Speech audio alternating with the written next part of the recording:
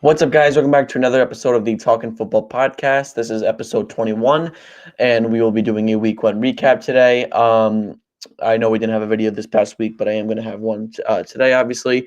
We're just going to recap week one. We're going to do scores, an injury update, and some other basic questions that you might see on a show like NFL Game Day Morning, like those kind of things. So, I'm going to roll the intro. Make sure you like, comment, and subscribe if you want to see more. Let me know, again, let me know what you guys want to see, and I'll definitely try and do that.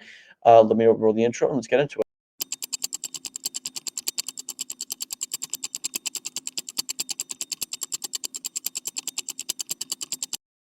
All right, so week one, not really a crazy week, but a very entertaining week in terms of games. Lots of good games, really across the schedule. I mean, Thursday had a great game, Friday had a great game, pretty good games on Sunday, and then Monday night, last night it was an okay game. I think the first half was pretty good. So let's just get right into it with the score recaps. As you can see here, this is what I was originally going to do is I was going to do my game picks with this format, but this is just how I'm going to do it here. So these were the scores from this past week. I know they're kind of small, but so I'll try and change up for next time. So let's just do a quick recap again. These are out of order, like there's not any specific order. I'll probably try and make them in order for next time. But let's get into the scores. So the Vikings destroyed the Giants 28-6. I'll get to that in just a little bit. That hurt a lot. Um, Tampa beat Washington in a very good game for Baker Mayfield. New Orleans absolutely demolished Carolina 47-10. Miami came from behind and beat Jacksonville 20-17 in Miami. Houston beat Indy in a close AFC South battle 29-27. The Chargers beat the Vegas Raiders 22-10. The Cardinals lost to the Bills just barely. 34-28 was the final score there in Buffalo, with the Bills coming out on top. The Bears won 24-17 against the Titans in a game where the Bears had no offensive points. It was all special teams or defense there for Chicago. Pittsburgh came out on top in Atlanta, 18-10, in Kirk Cousins' first game with the Falcons. The Patriots upset the Bengals, 16-10 in Cincy. The Bengals were without T. Higgins and were partially without Jamar Chase. Higgins was on not Higgins. Chase was on a snap count as he declared himself active a couple hours before game time. Philly beat the Packers in the Brazil game on Friday, 34-29 was the final score there. That came down to basically the last play. Kansas City beat Baltimore in the opening day. In the opening day game, 27-20, in a game that came down again, another one that came down to literally the final play. Seattle beat Denver in Bo Nix's debut as a Bronco. 26-20 was the final score there. Dallas, another game where even though Cleveland put up 17 points, it didn't feel that way. I feel like Cleveland put up 3. Dallas won that game 33-17. And Sunday Night Football, Detroit beat the Rams in overtime, 26-20, thanks to David Montgomery. And last night, the Niners beat the Jets with a final score of 32-19. There were obviously no teams on any buys this week, as it's week one, because there would be no teams on. That's what we got for that. Those are the score updates. Or not the score updates. Those are the scores in general for week one. So let's get into some. This is what I meant earlier. That's what I meant, like the NFL Game Day Morning, like the NFL Total Access. That's kind of what I mean when I say like these questions. How worried are we about the Giants? I mean, I can't say some things that I'd like to say, but man, this was a rough game for New York. It hurt a lot to watch. Um, if I'm just an NFL fan, if I just know anything about football, this scale is off the charts. It's an 11 out of 10 for New York right there. It's go time right now. It's 2 straight seasons where they've been blown out at home in a what could, and obviously last year wasn't necessarily on paper a winnable game, but this year was.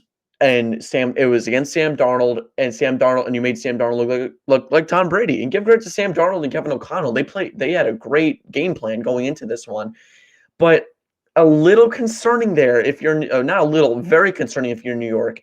There were very few bright spots. I will be honest, the offensive line didn't look bad. That was a significant improvement there, as the Giants' offensive line has been horrible for the last 10 years, basically. Dexter Lawrence was great. Malik Neighbors was good. Everyone else, not so much. I mean, special teams was also good. I'll give a shout out to special teams. Let me tell you, that special teams was very good in that game. But everyone else, not so much. I mean, I hate saying everyone else because there were other pretty good players, but and really, who does it fall on? I think there's three main players I can say this game definitely falls on.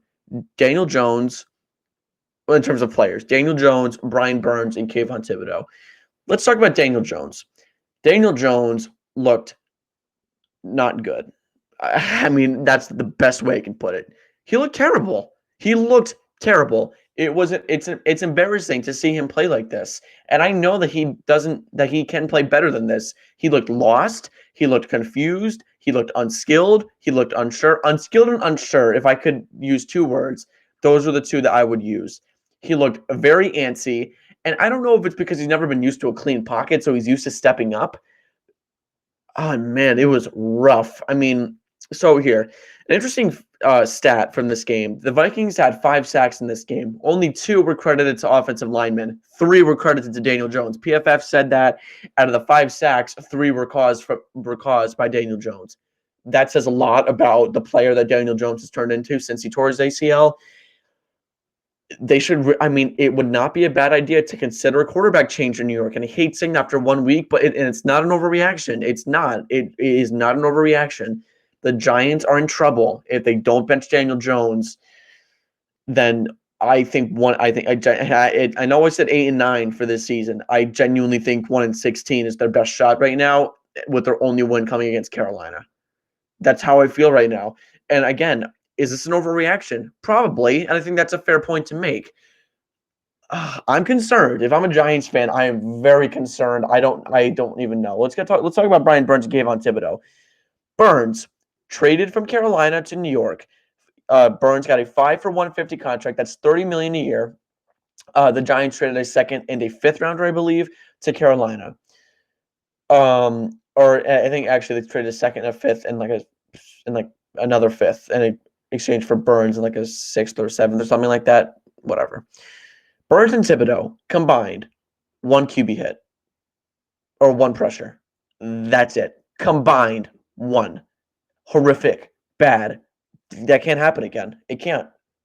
And this is talking football, not talking how bad the Giants are. And I get that. And I'm going to get to the next team. I'm going to get the next teams in a little bit.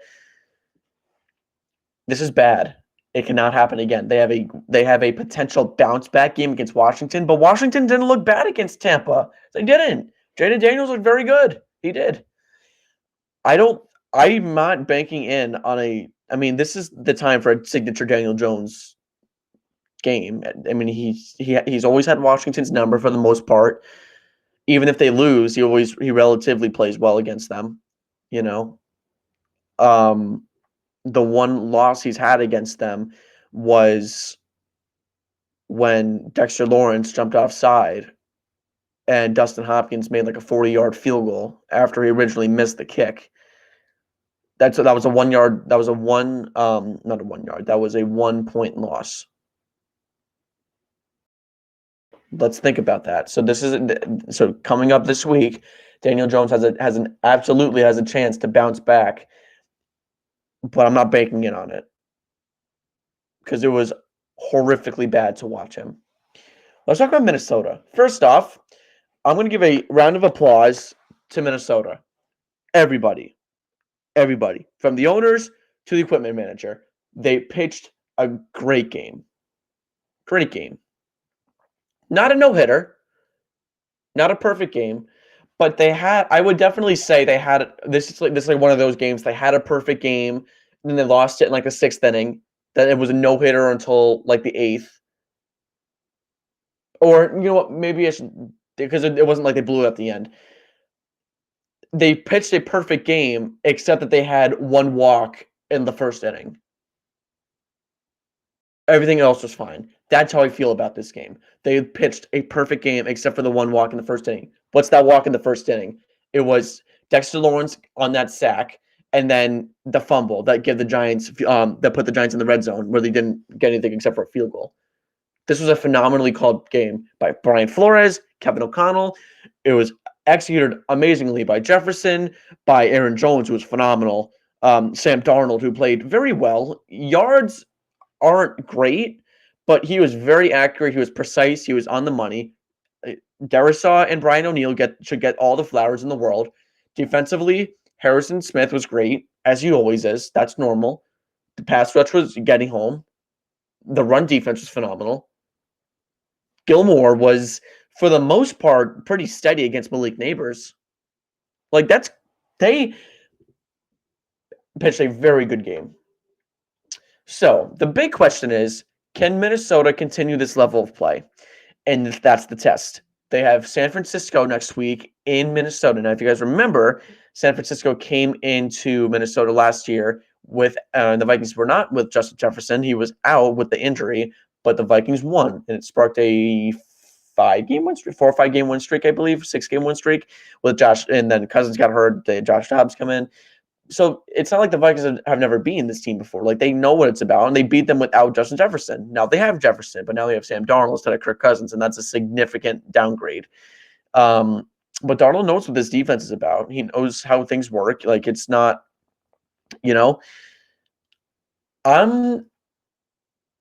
I'm pleasantly surprised by how they played. And everyone's saying, oh, 4-13. 4-13. I mean, I said I think Minnesota's at 8-9, I believe, because I thought that was fair. They played like a solid 8-9 team.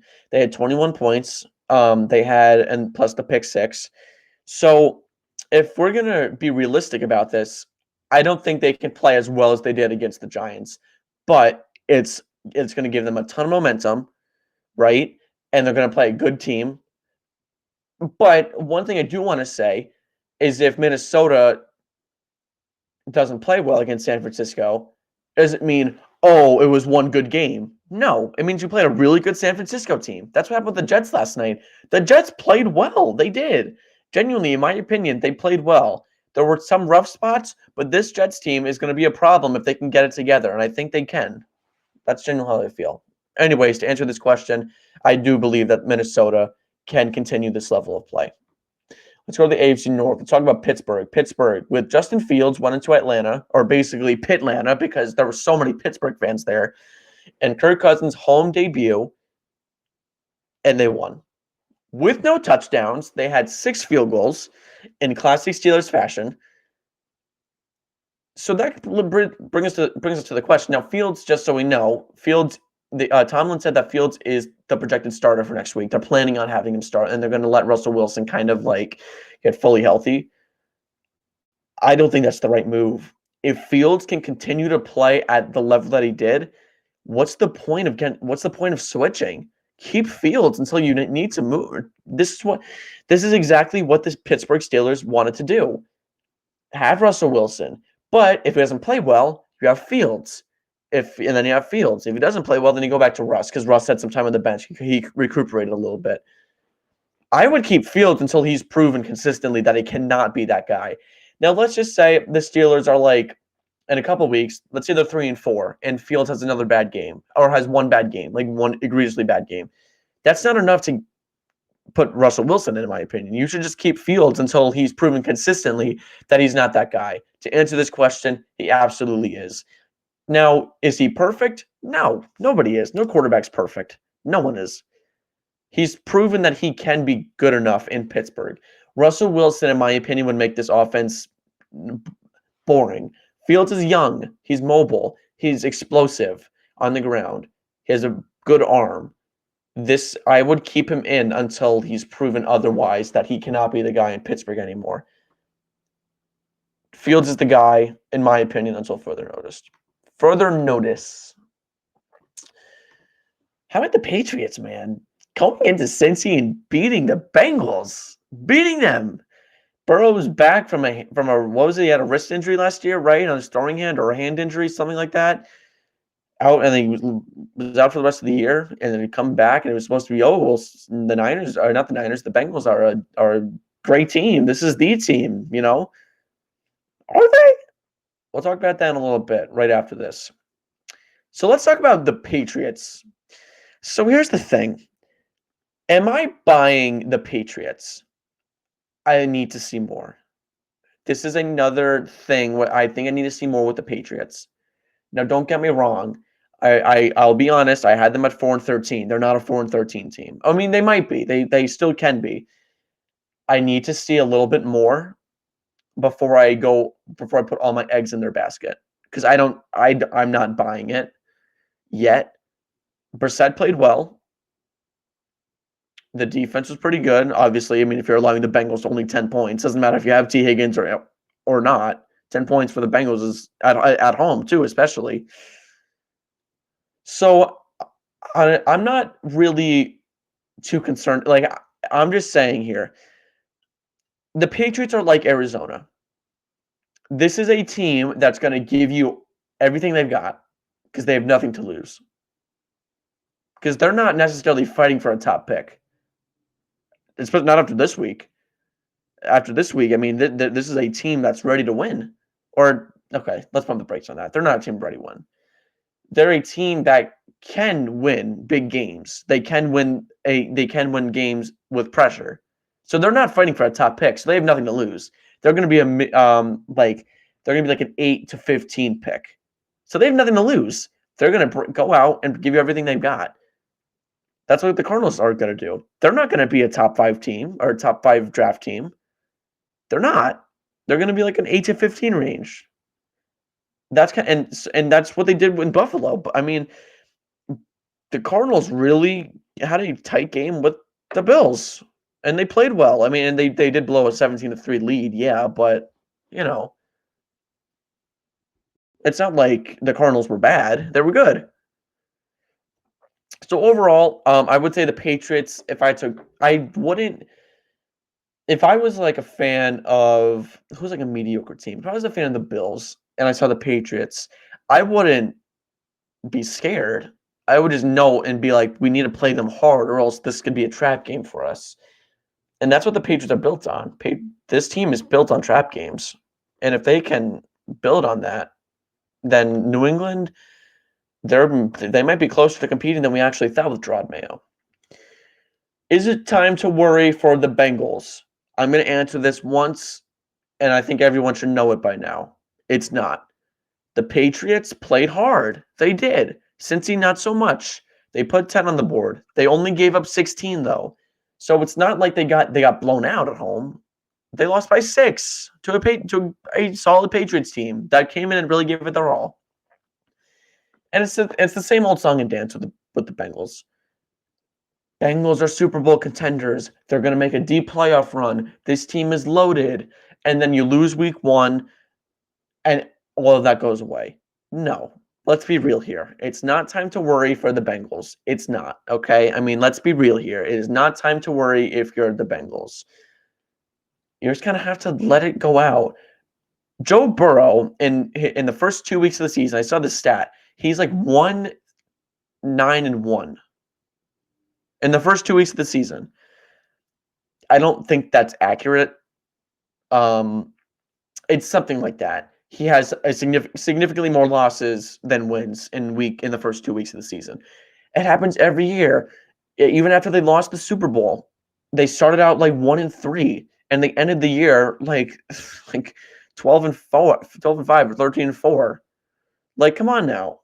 This is a good Bengals team. Like, let's not go all out and say since he's not that team anymore. They are. They're still the Bengals. It's just they always at the gate they always aren't great.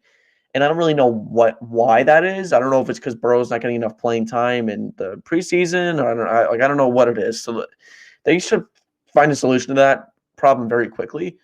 But I don't think it's time to worry. There's no reason to worry if you're a Bengal fan. Let's talk about Cleveland. Oh my goodness, they looked horrible. This was a playoff team last year with a backup quarterback. How can they turn it around? There's one reason. There's one player who they need to put in instead of the other one. They need to bench Deshaun Watson. It doesn't matter how much you have tied to him. the best decision you can make as a coach is to get rid of or is to sit down a quarterback when he's not playing his best. And to make matters worse, he just got another sexual assault lawsuit from 2020 from I'm assuming from like the massage things. I don't know the specifics about it. I'm not going to speculate because that's not my job. But why don't sit him?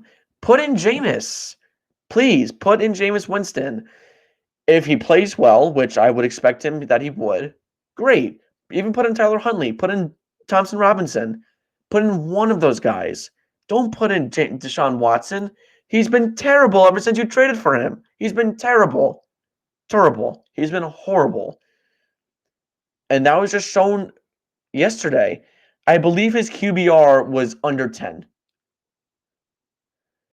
That should go to show. That should tell you how bad he was. It was under, I believe it was like 9.1. 9.1? What? Come on now. 9?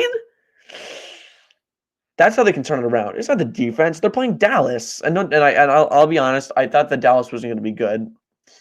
Speaking of Dallas, Dak Prescott got way overpaid. That's a separate story. And that's not something we're going to talk about here. So just sit Deshaun Watson. Sit him for a week. Like, have open quarterback battles. You should, and I think the problem is, and this goes for a lot of teams that have heavy contracts with quarterbacks, they're like, well, we gave this quarterback all this money, and now we kind of have to pay for it. No, you don't. You don't have to pay for it. You're going to look like an idiot if you keep sending him out there, and the results are the same thing. That's what's happening with Deshaun. You're not going to win big games with Watson at quarterback, with Browns Watson at quarterback, with Texans Watson. The Browns would be one of the best teams in the league, but at this point, they're not. And do you blame that? And I blame that all on Watson. He has a great offensive line. Jerome Ford played well. He has Amari Cooper. He got Jerry Jeudy, and Njoku's there. Great defense, good special teams. Come on now. This is only and great coach, two-time coach of the year. This is only on Deshaun Watson. How can they turn it around? Bench Deshaun Watson, in my opinion, in favor of Jameis Winston. That's what I would do from Cleveland. Are the Chargers for real? Man, I don't know how to answer this question. Jim Harbaugh coached a very good game. And let me tell you, that pick of Joe Alt, wow, he's good. Joe Alt is phenomenal. Max Crosby put up a goose egg on the scoreboard. He didn't get anything on Joe Alt. Joe Alt's first career start went up against Max Crosby, and Max Crosby got nothing. That is an excellent player right there. Joe Alt is phenomenal. Great way to open up your career. So that was a good pick there. I mean, I think Malik Neighbors still would have been a good pick there, honestly. But Joe Alt, amazing pick by the Chargers. He was locked down, and everyone's talking about it, and for good reason. Vlad McConkey was scored. Vlad McConkey helped me on my fantasy team. Well, he wasn't starting for me. He's on my bench. That's a side note. Anyways, are these I'm not, again, this kind of goes with the Patriots too. I'm not going to put in all my egg. I'm not going to put all my eggs in the Chargers basket yet. Can they be a good team? Absolutely. I'm not denying it. Okay. And I'm probably going to contradict myself because I think I had the Chargers at, what did I have them at? Like 7, 10, or 8 and 9. I still think on paper that's kind of where they are. They're a good team, but my problem is the AFC is so loaded. Like I said, there's 11 possible teams for 7 spots. Like, I don't think the Chargers are going to be one of those teams. They could be. I think they're probably going to be like one of the first outs. First ones out, in my opinion. So that's like an iffy. That's an iffy one there. Right now, are the Chargers for real? I'm at a maybe. I'm not ready to put in all, again, like I said, I'm not ready to put all my eggs in this basket. Because I don't know if I believe it yet. But maybe. They might be for real, okay? And that's something that we'll talk about. Let's do the injury updates. So, we're going to do this quickly. This is based on what I know, and I believe that this is all pretty much up to date. I don't believe that anyone else got hurt since I'm making this video. So Yeah. Okay. Let's start with this. Puka Nacua was placed on the IR because of a PCL strain that he suffered during Sunday Night Football against the Lions. He will miss, I believe they said 4 to 6 weeks there for Puka Nacua. So Cooper Kupp stock goes way up there. Jordan Love was also placed on the IR. They're saying he's going to miss 3 to 6 weeks. So now he's on the IR. He's going to miss at least 4. He injured his MCL on the second to last play of the Brazil game against Philly. I believe that he will be back if pretty much soon. But if I believe the Packers are gonna go after Ryan Tannehill. So I don't think that they're necessarily gonna rush Jordan Love back if they don't need to. Derek Brown is out for the year with a knee injury. The Panthers just placed him on the IR. He may come back like very late in the season, but again, the Panthers have no hope. I'm being honest, they have no hope, no reason to bring back Derek Brown if you don't need to. So I believe he's out for the season. Romo Dunze is getting an MRI on his knee. He left.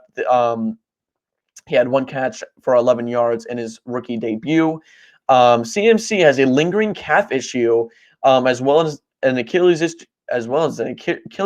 Excuse me.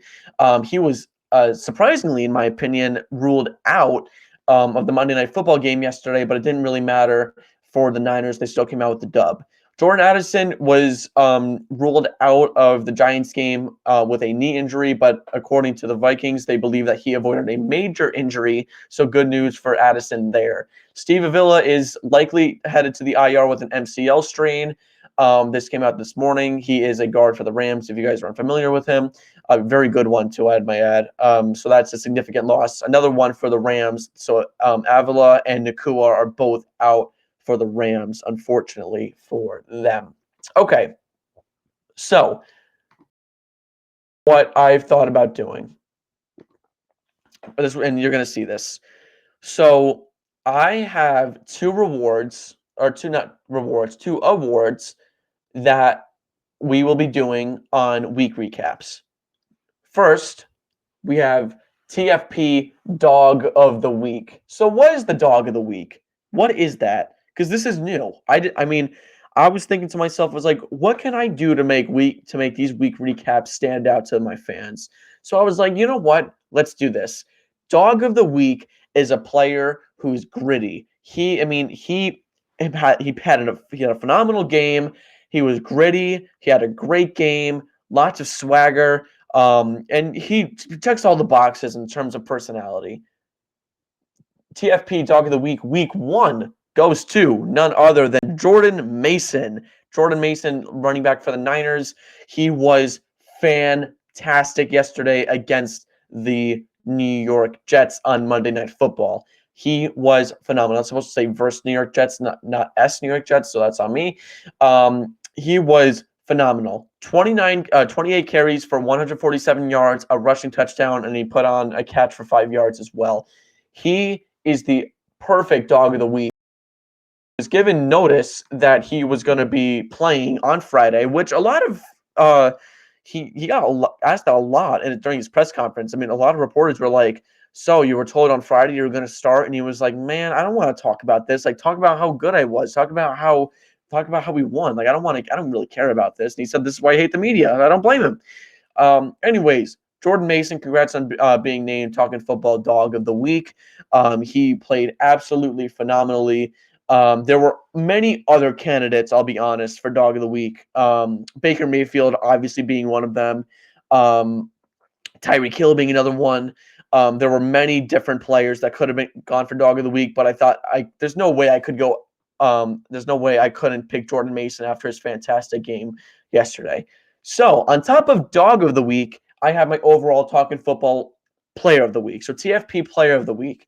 So this is self-explanatory. Who, in my opinion, contributed the most to their team? And there's one simple answer for this. No one was better than Saquon Barkley. Barkley, Talkin Football Player of the Week for week 1. Saquon Barkley in the Brazil game. He had 24 carries for 109 yards, 2 touchdowns. He also added on 2 catches for 23 yards, 2 catches for 23 yards and a receiving touchdown. He had a hat trick, 3 touchdowns against the Packers. He was all over the place. A phenomenal showing for Saquon Barkley. And I hate saying that as a Giants fan, but it makes me happy that he's balling out for. He's balling out. Doesn't make me happy that he's balling out for the Philadelphia Eagles. So, that's basically that. That's where we're gonna end this episode. I hope you guys enjoyed. Um, so before I end, even though I just said I was gonna end, here's the thing. Do you guys like this format? Do you guys like how I did the quick score recaps and then I kind of asked like those NFL show questions, and then I did injury report, dog of the week, player of the week. Do you like that format? If you don't, let me know in the comments. Do you also want to see prediction? Do you want to see preview videos and recap videos? I'll do both if you guys want me to. I can try and get them in. I've been busy, obviously, because it's. Um, so yeah, I'm gonna I'm gonna try and get as much in as I can. I will definitely try and do the recaps if you guys like them. Um, and yeah, that's pretty much it. If you guys liked it, make sure you like, comment, subscribe. Let me know what other things you want to see. And yeah, this is Talking Football, and that's what I got to say about that.